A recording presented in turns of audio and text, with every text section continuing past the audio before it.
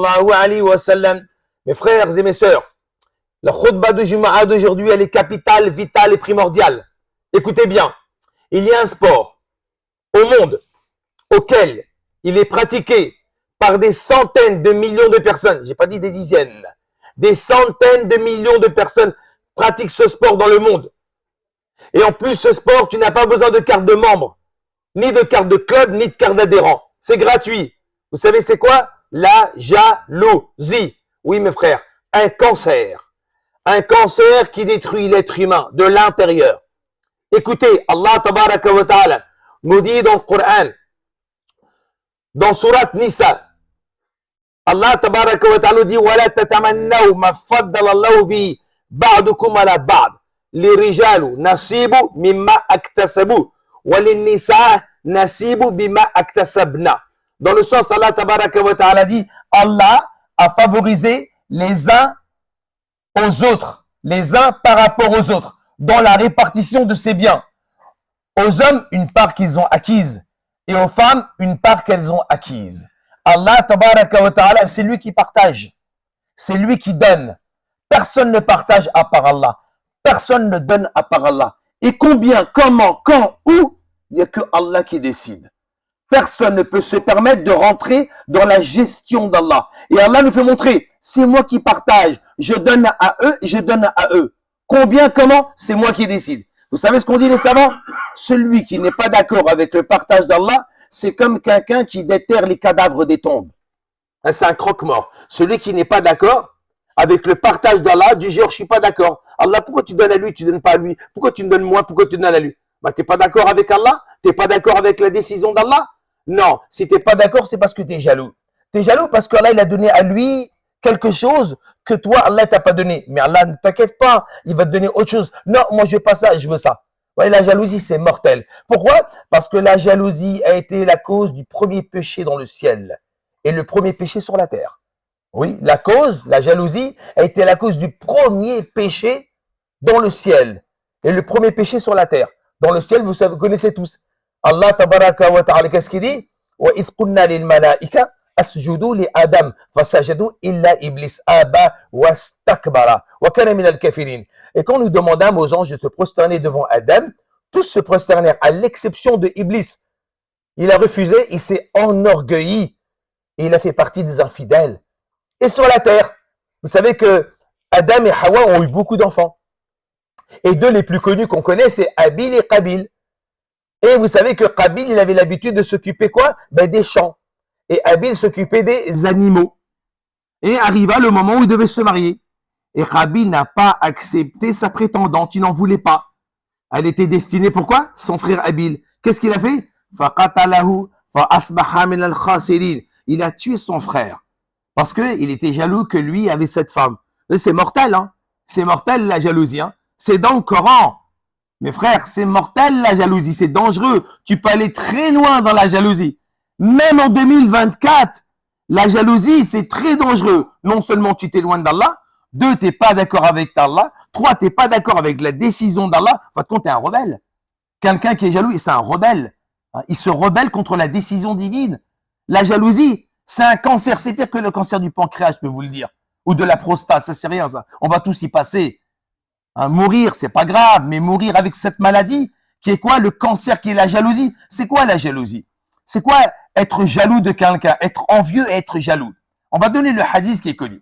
Je donne d'abord le premier hadith dans le recueil de l'imam Ibn Majah, selon Abdullah ibn Amr ibn As radiyallahu anhu, authentifié par les muhaddithun contemporains. Où un jour, les compagnons étaient avec le messager d'Allah, sallallahu alayhi wa sallam, il dit, ô messager d'Allah, quel est le meilleur des hommes? Vous avez vu, ils aiment bien poser des questions comme ça. Pourquoi? Parce que les compagnons, ils ne veulent pas être des musulmans lambda. Non, non, ils veulent être toujours les meilleurs. C'est dingue, il y a 14 siècles, ils veulent être les meilleurs. Nous, en 2024, si je suis musulman, c'est pas mal. C'est un truc de fou. Et pourtant, on a fait des études, bac plus 5, hein, mais eux n'ont aucune étude, mais ils veulent être les meilleurs. Au messager d'Allah, quel est le meilleur des hommes? Et le prophète, alayhi salatu wassalam, de leur répondre, il a dit, celui qui a la langue saine et un cœur pur. Ils vont dire, au messager d'Allah, on sait ce que c'est que la langue saine, mais c'est quelqu'un qui ment pas. Et un cœur pur, ils savent pas. Et le prophète leur dit, celui qui n'est pas jaloux dans son cœur vis-à-vis des gens de cette terre. Un cœur pur. Celui qui n'est pas jaloux vis-à-vis de ses frères sur les habitants de cette terre. Alors mes frères, c'est quoi être envieux et c'est quoi être jaloux? Être envieux, c'est très bien en islam. Il y a des hadiths, un dans le recueil de l'imam Al-Bukhari, que vous connaissez tous, selon Abu Hurairah radiallahu anhu, 5502, où le prophète alayhi salatu wassalam, les compagnons vont voir le prophète alayhi salatu wassalam et l'interroger. Et le prophète alayhi salatu wassalam, qu'est-ce qu'il dit? La hasada, il a fait ithnitayn. Écoutez bien, il dit la jalousie n'est permise que dans deux cas. Il dit écoutez bien, c'est quelqu'un où Allah Ta'ala lui a donné le Coran et il récite le Coran. Il lit pas le Coran parce qu'à l'époque du messager de Allah, il n'y avait pas le mashaf. Le mashaf, il a commencé à être consulté à l'époque du calife Omar et Abu Bakr. Donc il n'y avait pas de mashaf, c'était seulement sur des parchemins dans quelques maisons. Alors eux, le Coran, ils le connaissaient que par mémorisation. Et le prophète qui dit, c'est quand quelqu'un qui il révise le Coran et son voisin se dit, malheur à moi, j'ai pas eu la chance de connaître le Coran comme lui. Si je pouvais avoir ce don dont Allah lui a donné. Ça, c'est bon d'être envieux. Quelqu'un, il est savant, il a de la science. J'ai pas de la science comme lui. Quelqu'un, il est généreux dans l'islam. Je voudrais être généreux comme lui. Et la suite, et c'est un autre, il se n'éteint deux. Et celui dont Allah Ta'ala a donné de quoi? Il lui a donné des dons, et il les donne à profusion. C'est pas il donne une petite pièce à droite à gauche au feu rouge. Non, non. Il donne à profusion. Et qu'est-ce qu'il dit? Et les gens disent, oh Allah, malheur à nous. Si on pouvait être comme lui, comment il fait des dons? Vous voyez? Ça, c'est bien d'être envieux. Soit envieux des gens qui donnent du bien, qui aident les gens, qui sont au service des gens, l'altruisme, la charité, la connaissance, c'est bien. Mais la jalousie, c'est quoi la jalousie? C'est quand tu souhaites avoir quelque chose que quelqu'un a, mais comme tu n'arrives pas à l'avoir, tu souhaites que quoi? Qu'il le perde. Tu sais, tu souhaites qu'il le perde. L'exemple, tu n'as pas d'enfant. Eh ben, tu souhaiterais que, oh, sa femme, elle est enceinte. J'espère qu'elle va quoi? Avorter. Oh, mon fils, il n'a pas réussi dans les études. Et lui, il est au bac plus. Ah, j'espère qu'il va rater son bac. La liste, elle est longue. Hein. La liste, elle est longue. Ça, c'est quelqu'un qui est jaloux. Il veut quoi? Il veut la perte des gens. Et le diable, qu'est-ce qu'il veut? Notre perte. Eh oui, mes frères. Donc, c'est pour ça, la jalousie, c'est mortel. C'est pour ça que le prophète, alayhi salatu wassalam, dans le recueil de l'imam Tirmidhi, il dit, la haine et la jalousie étaient quoi? Étaient des fléaux des peuples précédents. Des fléaux, des fléaux des peuples précédents. Car elle rase tout sur son passage. Les compagnons, ils ont dit quoi? Le prophète a dit non, je ne parle pas des cheveux, je parle de la religion. La jalousie, elle rase tout sur son passage. C'est pour ça que le grand savant du 5e siècle, Abu Hamid al-Ghazali, qu'est-ce qu'il a dit dans l'Ihya Ulumuddin de 10 volumes? Il dit la jalousie, écarte-toi du jaloux. Car le jaloux, qu'est-ce qu'il fait? Il brûle tout sur son passage. Le jaloux, il brûle tout. Il va détruire ta famille, il va détruire tes enfants, il veut tout, c'est son boulot. Et le diable, qu'est-ce qu'il veut? Il nous veut la peau. Et bien sûr, il y a des hadiths qui parlent. Le prophète alayhi salam n'a-t-il pas dit dans un hadith authentique chez Muslim, le diable a perdu espoir d'être adoré sur l'une de vos terres de la péninsule arabique, mais il n'a pas désespéré de mettre la zizanie entre vous. C'est son rôle. Et nous, le problème, c'est qu'on ne sait pas que des fois, sans s'en rendre compte, on est des musulmans, on fait la prière, on fait le ramadan, on lit le Coran, on apprend la science, on va même au pèlerinage. Et on ne sait même pas qu'on bosse pour le diable. Vous êtes prêts à écouter cette histoire? Regardez bien. Dans le recueil qui s'appelle 15 al-Ammal fi Sunan al-Aqwal, de Al-Din Ali ibn Abd al-Malik al-Muttaqi al-Hussein al-Hindi de 888.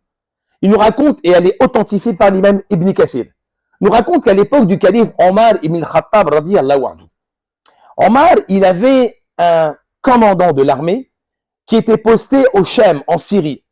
Et il venait souvent voir le calife Omar ibn al-Khattab pour le consulter pour des affaires. Et pendant un certain moment, ce commandant ne venait plus voir le calife Omar ibn al-Khattab. Omar, inquiet, demande à ses compagnons de Médine, mais il ne vient plus, on ne le voit plus. Vous êtes prêts à écouter? Écoutez bien. Les compagnons disent, ô chef des croyants, nous avons appris qu'il boit de l'alcool et il ne s'arrête plus.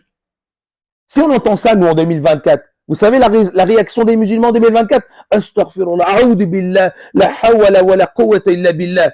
Ah oui, c'est la réaction des musulmans 2024. Mais Omar, non. Omar, il craint Allah. Et Omar, regardez comment il est et comment il va éduquer son peuple. Très bien. Omar, radiyallahu anhu, quand il apprend ça, il est triste. Il appelle son secrétaire. Il dit, écris. Et il commence à écrire. Bismillahirrahmanirrahim. C'est normal. Éloge à Allah. De Omar ibn Khattab, calife Omar ibn Khattab, à Fulan ibn Fulan, à un tel, fils d'un tel. C'est comme ça qu'il s'appelait à l'époque. Regardez bien. Il lui dit Assalamu alaikum, la paix sur toi. Vous avez vu? Un musulman qui fait un péché, tu dis salam alaikum. Quand tu vois un musulman ou une musulmane sur les réseaux sociaux, toi tu dis pas salam alaikum, toi. Non, tu dis salam alaikum à ceux qui font la prière. Comment tu vas? Ceux qui font tarawih, oui, je dis salam alaikum. Ceux qui font jumu'ah, salam alaikum. Les dealers, ah non, on dit pas salam alaikum. Ah non, pourquoi? Vous avez vu comment on est? On est malade. On est malade. On est malade. Omar, qu'est-ce qu'il dit? La paix sur toi. À qui? Un ivrogne. Eh oui, un ivrogne. La paix sur toi, salam alaikum. Fulan ibn Fulan. Regardez bien. Il dit quoi? La ilaha illa huwa. Il n'y a pas de Dieu à part lui. Et il sort un verset du Coran. C'est tout. Surat 40. Le repentir. Verset 3. Le verset là. Ghafilid dhanb wa qabilit tawb shadidul iqab dhi tawli la ilaha illa huwa ilayhi al-masir. Allahu akbar. Magnifique. Ça veut dire quoi? Pardonneur des péchés, accueillant le repentir, dur en punition, détenteur des biens, il n'y a point de divinité à part lui, toutes les destinations reviennent vers Allah. Et quand il a écrit, il t'envoie ce courrier au Cham, 1240 km. Pendant ce temps-là, avant que le courrier arrive au destinataire, ce commandant qui boit d'alcool, Omar dit à ses compagnons, priez Allah pour votre frère pour qu'il puisse se relever. Allahu Akbar. Mais regardez le vocabulaire qu'ils avaient. Nous, les vocabulaires aujourd'hui, c'est espèce d'égarés, espèce d'ignorants. On n'a même pas le vocabulaire des Sahaba. Faites des prières pour votre frère afin qu'il se relève. Allahu Akbar. Et qu'il se repente. Et qu'Allah accepte ce repentir. Magnifique. Quelle politesse. Le courrier va arriver au commandant. Et quand il va lire le courrier, le commandant, il va voir le courrier, la politesse, la salutation de Omar, le verset du Coran. Il va ne cesser de répéter ça. Il va dire, Allah, il est pardonneur. Allah, il accepte le repentir. Et il promet un châtiment pour ceux qui font des péchés. Il n'a cessé de répéter en pleurant. Et il a arrêté totalement l'alcool et se repentit. Quand la nouvelle arrive à Médine, Omar radiallahu anhu, tellement joyeux, qui réunit les compagnons. Regardez ce qu'il leur dit. Voilà comment vous devez être à votre frère, avec votre frère, quand il fait un faux pas. Allahu Akbar. Regardez comment il parle. Comment vous devez être avec votre frère quand il fait un faux pas. Moi, un musulman qui fait moins que ça, moins de l'alcool, tu le détruis sur les réseaux sociaux. Ta sœur, tu la détruis. Ton frère, tu les détruis. On se bouffe les uns les autres. On n'a même pas besoin du diable, de toute façon. On n'a même pas besoin du diable. Nous-mêmes, on est en train de se comporter comme des diables. Vous allez voir pourquoi? Parce qu'il va sortir une parole du prophète alayhi salam qui se trouve dans un autre hadith dans le Bukhari. Selon Zayd que je vais vous dire. Et qu'est-ce qu'il va dire? Faites comme le prophète nous a dit. N'insultez pas votre frère parce qu'il aime Allah et son messager. Et voici la suite. Selon Zayd bin Salama, radiyallahu anhu, selon son père, radiyallahu anhu, selon Omar ibn Khattab, non, selon Abdullah ibn Omar, radiyallahu anhu, selon Omar ibn Khattab, radiyallahu anhu, dans l'authentique de l'imam Al-Bukhari, raconte qu'un jour à Médine, il y avait un homme qui s'appelle Abdullah. Cet homme-là, Abdullah, il aimait tellement le prophète, Allah et son messager, que le prophète, alayhi salatu wassalam, qu'est-ce qu'il dit de lui? En public, devant tout le monde. Attention, vous ne savez pas qui il est. Il aime Allah et son messager. C'était qui cet homme-là, Abdullah? Cet homme-là, Abdullah, il aimait faire des cadeaux aux messagers d'Allah. Il est généreux, c'est une qualité. Il aimait quoi? Faire des cadeaux aux messagers d'Allah. Et qu'est-ce qu'il faisait? Quand des caravanes y arrivaient, les caravanes arrivaient, il achetait des choses délicieuses, du beurre, du miel, et il les offrait aux messagers d'Allah. Masha'Allah, générosité. Un jour, écoutez bien, le marchand, il dit, t'as pris beaucoup de choses, Abdallah, il est temps que tu payes. Très bien, viens avec moi. Et il l'emmène chez le messager d'Allah, sallallahu alayhi wa sallam. Il dit, voilà, c'est lui qui va te payer. Et le prophète, alayhi salam, dit, Abdallah, mais tu me les as pas offerts? Tout ce que tu m'as donné, tu me les as pas offerts? Oui, je les ai offerts, mais j'ai pas les moyens de les payer. On dirait quoi en 2024? Mounafir. On dirait Mounafir. Mais t'es un malade, mais t'es fou, il faut te soigner, toi. On fait pas le monde avec l'argent des autres. Ça, c'est 2024. Astaghfirullah, je vais chercher une fatwa. Tout de suite, il faut une fatwa parce que t'as un truc bizarre. Non.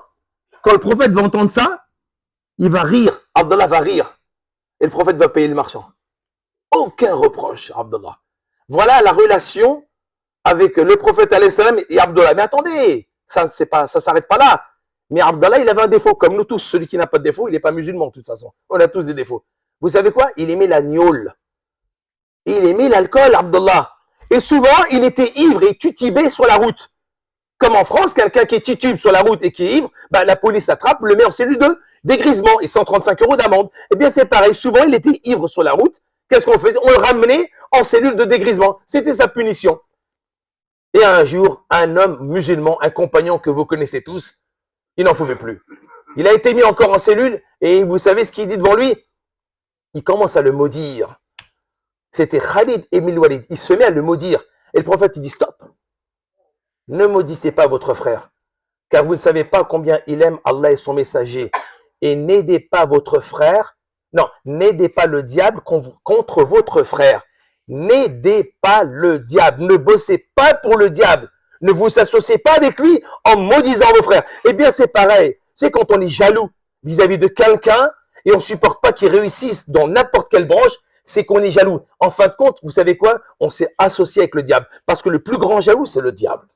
On ne se rend même pas compte. Ça s'appelle les qualités sataniques. Wallah, c'est la vérité. Ce sont des qualités du diable. Détester les gens, être jaloux, c'est la qualité numéro 1 du diable. Et un musulman, quand il est jaloux de son frère, parce que réussit religieusement ou matériellement, dès l'instant tu es jaloux, aïe, tu bosses avec le diable. Tu es rentré dans sa société.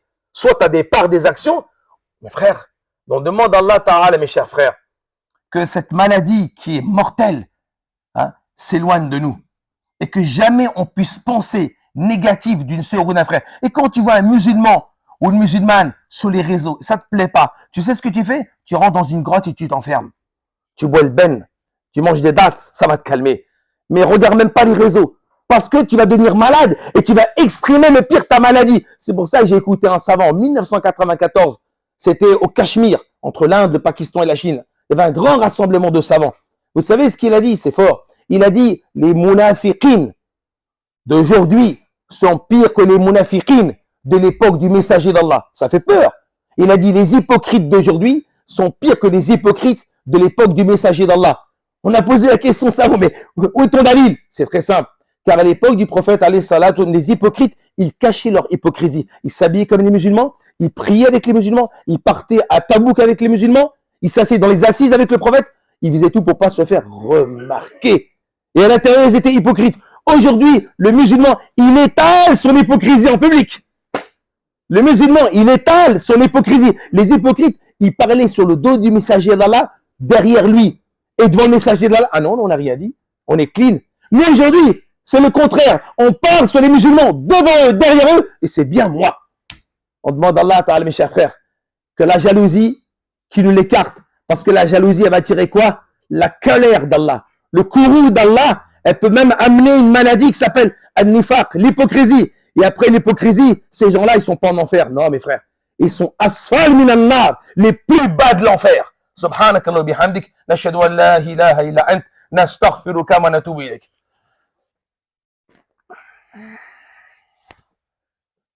Bismillahir Rahmanir Rahim, alhamdulillah, nahmaduhu wa nusalli ala rasulil karim sallallahu alayhi wa sallam.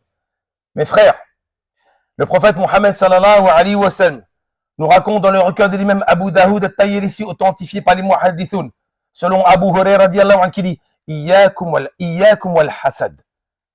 Méfiez-vous de la jalousie, car la jalousie, elle brûle les bonnes actions comme le feu qui brûle le bois. Tu vas travailler toute ta vie, à la fin, il n'y a plus rien. Vide, tes poches sont vides, ton compte est vide, ta balance est vide, tes poches sont vides. Tu dis, je comprends pas. J'ai bossé comme un fou, j'ai fait des prières, j'ai fait des sadaqas, j'ai fait... Oui, tout ça c'est parti en fumée. En fumée. Pourquoi en fumée? Parce que c'est le feu qui les a brûlés. C'est le feu qui a brûlé tes hasanat. Donc il reste plus que de la fumée. Tu vas arriver quoi? Rien du tout avec Allah. Et yakum wal hasad, la jalousie, jaloux de ton frère, jaloux de ta sœur, parce qu'elle a réussi, parce qu'il a fait ses études, parce qu'il est marié. Non mon frère, ça fait peur. Son frère, Abil, il a tué son frère à cause de ça. On en arrive dans le Coran. Surat Yusuf, chapitre 12, du verset 16 au 19. Vous savez, au cinéma, ils font des films. Mais avant que faire un film au cinéma, de mettre les acteurs, de mettre le matériel, il faut d'abord quoi? Un scénario. Oui, n'as pas de scénario, tu ne fais pas un film. La première chose, c'est quoi? Tu écris un scénario. Et après, tu prends tous les millions qu'il faut et tu achètes tout ce qu'il faut, le matériel, les acteurs, pour monter un film. C'est quoi le scénario? Allah va le faire montrer dans le Coran, le scénario du nifaq. Le scénario de quoi? De la jalousie. Allah Ta'ala, qu'est-ce qu'il a fait? Regardez bien cette histoire. Les 11 demi-frères de Youssouf, le prophète Joseph, les 11 demi-frères, ils partent avec l'accord de Jacob, le père qui est aveugle. Il va devenir aveugle à cause de ça. Et quand ils partent, eux, ils ne supportaient pas Youssef. Ils étaient jaloux. Et qu'est-ce qu'ils voulaient? L'éliminer. T'as vu, quand tu es jaloux, tu veux l'élimination de quelqu'un. C'est dans le Coran, les frères. C'est pas de la blague. C'est pour nous faire peur, cette histoire. Vous savez ce qu'ils ont fait? Regardez bien. Ils sont rentrés le soir. Pourquoi le soir? Parce que quand tu veux voir ton père le soir, il est KO, il rentre du travail. Ah, d'accord, il est sur les rotules. Tu veux lui demander quelque chose, les enfants, ils arrivent. Laissez-moi tranquille. Allez-y, allez-y, allez-y. Pourquoi? Parce que j'en ai plein jusqu'à là. Ils sont venus le soir. C'est une stratégie. Et ils sont venus à 11. Pour l'effet de groupe, c'est normal. L'effet de groupe, à 11, on est plus fort. Ils sont venus à 11. Tous.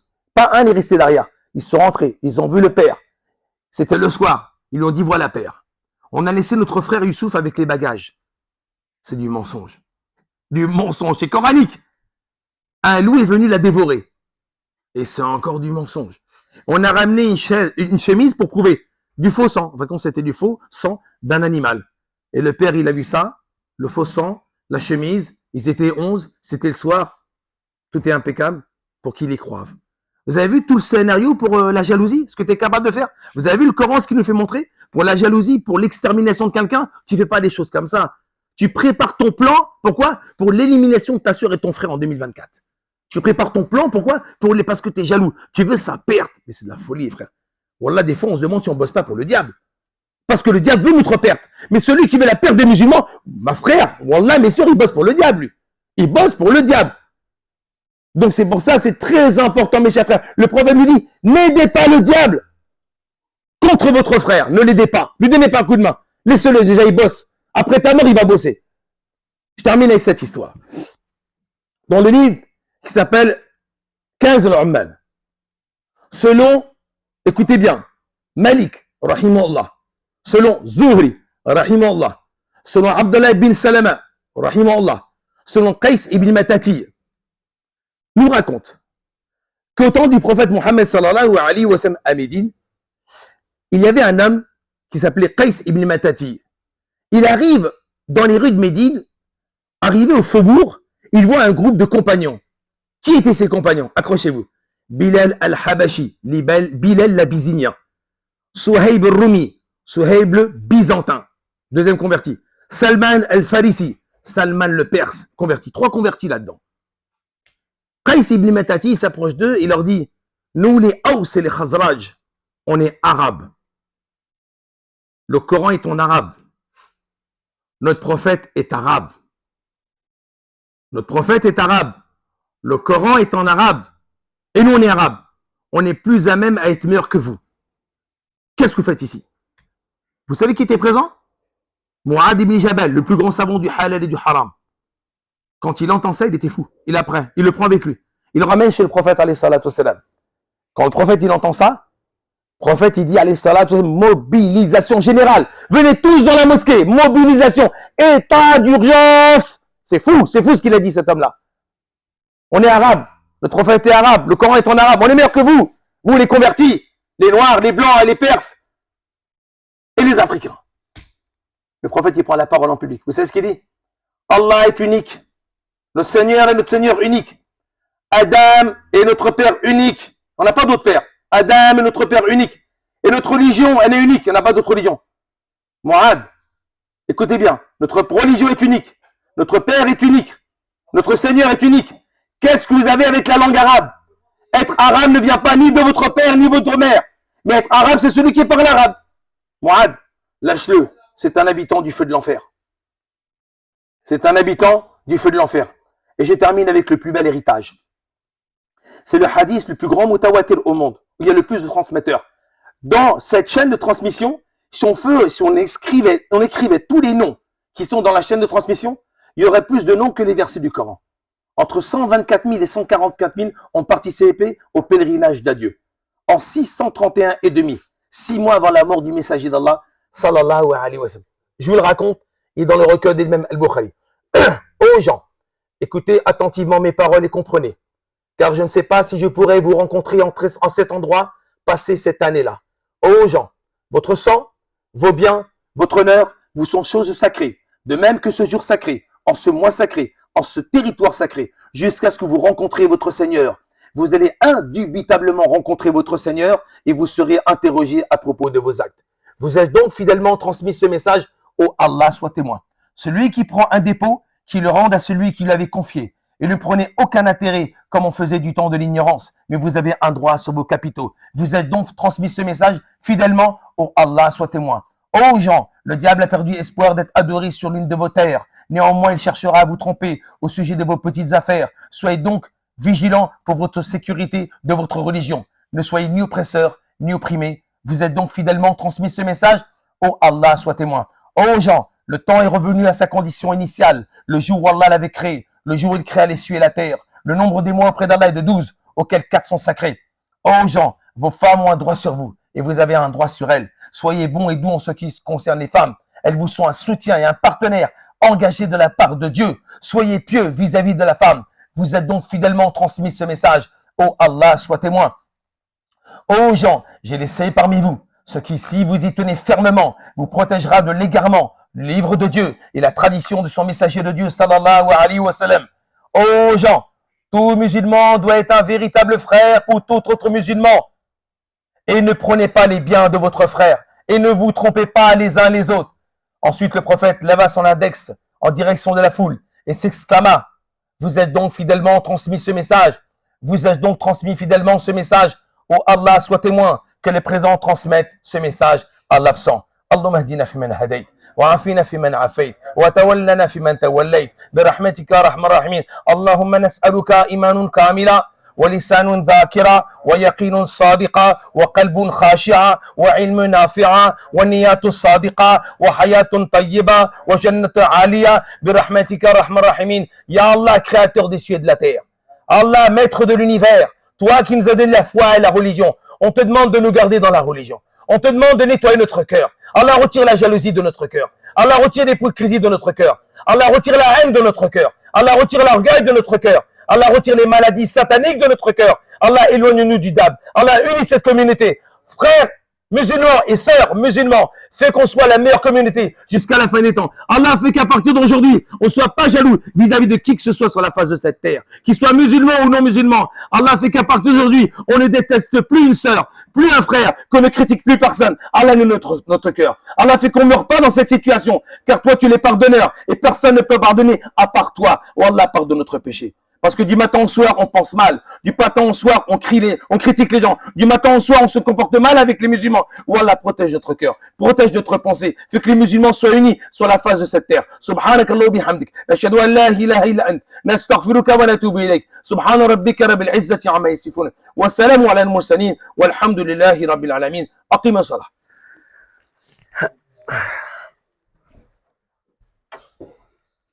Oh pardon, je m'excuse. الله أكبر الله